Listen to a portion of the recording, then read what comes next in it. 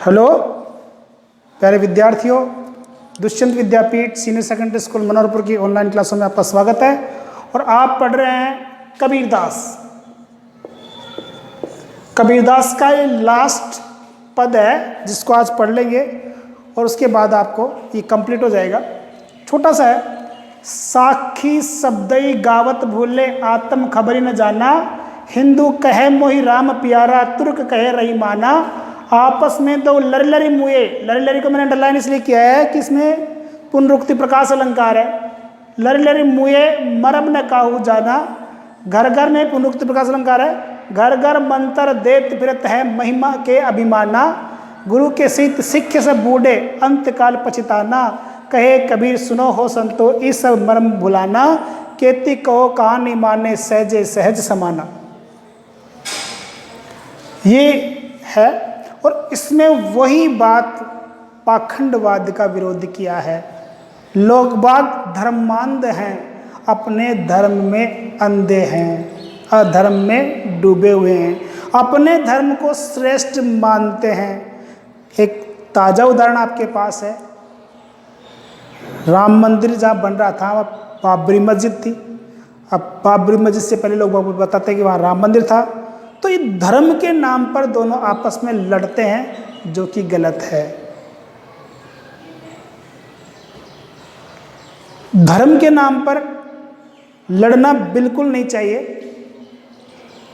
ऐसे मैंने पढ़ा था एक बार कि धर्म के नाम पर आपस में लड़ करके लगभग हर साल 2-3 लाख लोग मर जाते हैं धर्म के नाम पे लड़ करके। जबकि ये मानव जो शरीर है वो ईश्वर द्वारा रचा हुआ है। ईश्वर ने सबको समान मान करके, समान बना करके पृथ्वी पर भेजा है। किसी में कोई भेदभाव नहीं किया कि ये फला कोई व्यक्ति पैदा हुआ हो और साथ में कोई सर्टिफिकेट लेके पैदा हुआ कि ये तो हिंदू है, ये मुसलमान या सिख है, ईसाई है।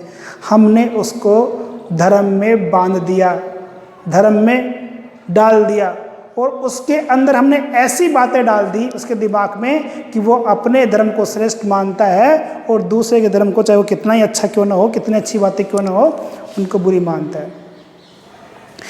होना यह चाहिए कि जिस धर्म में जो अच्छी बातें हैं उनको हम स्वीकार करें और जिस धर्म में जो बुरी बातें हैं उनका हम तिरस्कार करें। और कबीरदास जी यही कहते थे, यही था उनका मतलब कि जो भी धर्म में उनको बुराइयां दिखी उनका विरोध किया और जो अच्छी बात लगी उसका समर्थन किया। तो ये देखिए कबीरदास जी कहते हैं साखी शब्दई गावत भूले। साखी जो है वो कबीरदास का रचा हुआ पद्य है। साखी, शब्द और रमैनी तीनों है जिनको बीजे कहते हैं। तो साखी शब्द ही गावत भूले, वो कह रहे हैं कि जो लोग बाग हैं, लोग हैं, वो साखियों में, शब्दों में जो ईश्वर प्राप्ति का मार्ग बताया गया है उसको तो गाना भूल गए, मतलब उसको तो अपनाना भूल गए। जब उसमें मैंने साखी में, शब्दों में ईश्वर प्राप्ति का मार्ग बताया है जिसको तो वो भूल चुके हैं।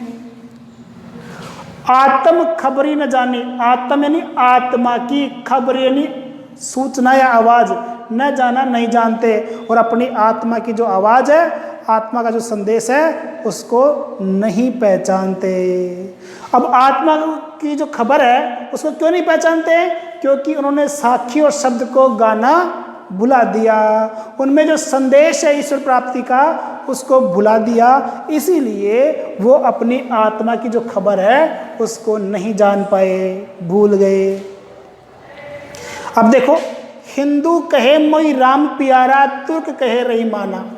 और हिंदू और मुसलमान लोग अपने भगवान को श्रेष्ठ मानते हैं और दूसरे को निकृष्ट मानते हैं या बुरा मानते हैं या छोटा मानते हैं।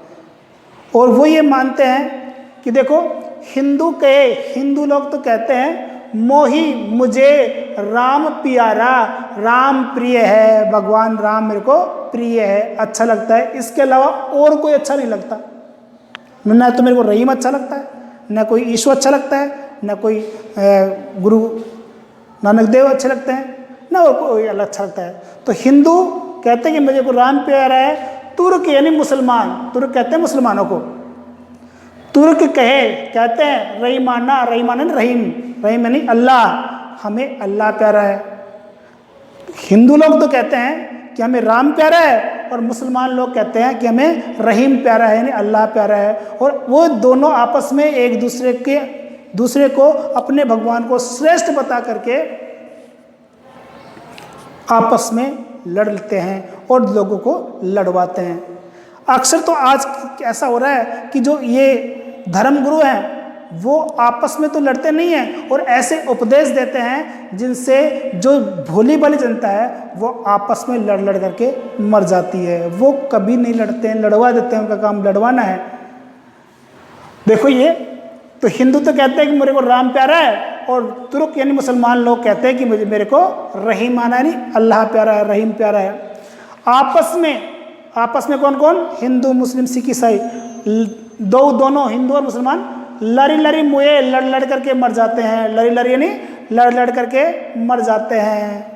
किसके चक्कर में? इस धर्मांधता के चक्कर में दोनों आपस में लड़ करके मर जाते हैं। लेकिन मर्म यानी रहस्य, मर्म का मतलब क्या होता है? रहस्य, नहीं काऊ किसी ने जाना, लेकिन कोई भी ईश्वर प्राप्ति के रहस्य को नहीं जान पाया।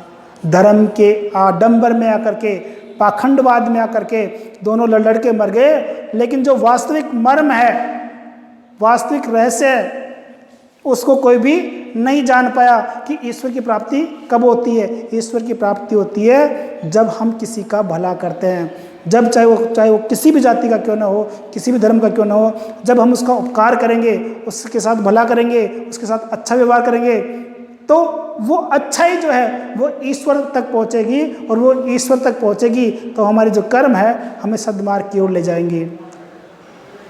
हम अच्छा बर्ताव करें, अच्छी वाणी बोले, तो वो ईश्वर प्राप्ति के मार्ग है। लेकिन उस मर्म को वो लोग बाग नहीं जान पाए, भूल गए। घर घर मंत्र देत फिरते हैं। अब देखो धर्मगुरु क्या करते हैं, घर घर जाकर के मुक्ति प्रकाश अलंकार मंत्र देते हैं, यानी ज्ञान देते हैं।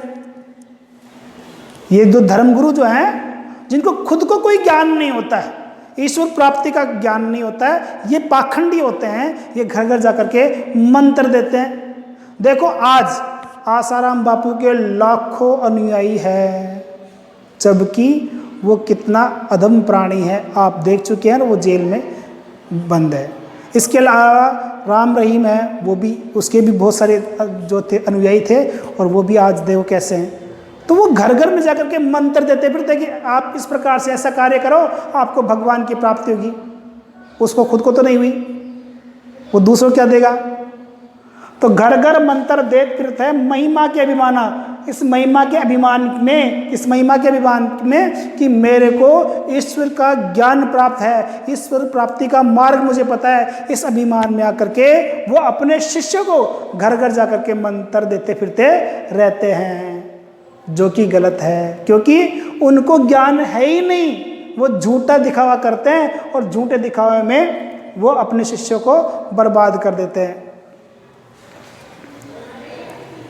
देखिए आगे, देखिए, गुरु के सहित सिख के सब बूढ़े अंतकाल पछताना। अगर गुरु उसका सच्चा नहीं है तो वो अवश्य ही उसको अंधकार में डाल देगा, अज्ञानता के अंधकार में उसको डाल देगा, अवनति के गड्ढे में उसको डाल देगा। और शिष्य तो डूबेगा ही, और गुरु भी डूबेगा साथ साथ में, यानी गुरु भी डूबेगा और शिष्य को भी साथ साथ में लेकर के डूब जाएगा, दोनों डूब जाएंगे। जा का गुरु भी आंधला चेला निपट निरंद, दोनों ठेलम ठेलिया दोनों कूप पड़ंत।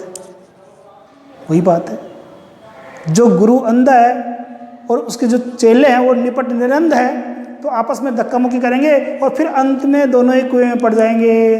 तो ऐसे ही हैं आज के जो गुरु लोग हैं, वो उनको ईश्वर प्राप्ति का जो मार्ग है वो तो पता ही नहीं है, और उनको अभिमान है, गर्व है कि मैं ईश्वर के मर्म को जानता हूँ, भगवान की प्राप्ति को जानता हूँ, मोक्ष का द्वार जानता हूँ, और इस मर्म में आकर के वो लोगों को मंत्र देते फिरते रहते हैं। गुरु के सहित सिक्खे सब बूढ़े, सिक्खे यानी शिष्य, बूढ़े यानी डूबना, बूढ़े का मतलब क्या होता है? डूबना। तो ऐसे गुरु के सहित साथ साथ में सिक्खे सब बूढ़े, सारे शिष्य भी डूब जाते हैं। गुरु तो डूबता ही डूबता है अज्ञानता के अंधकार में, उनके साथ साथ उनके अनुयायी जो शिष्य हैं वो भी डूब जाते हैं, वो उनका भी जीवन नष्ट हो जाता है। फिर क्या होता है? अंतकाल पछताना, और फिर वो अंतकाल में पछताते हैं कि ये लो, हमने तो सारा जीवन ही बर्बाद कर दिया इन ढोंगी गुरुओं के चक्कर में पड़ करके। अब फिर अंतकाल में वो पछताते रहते हैं।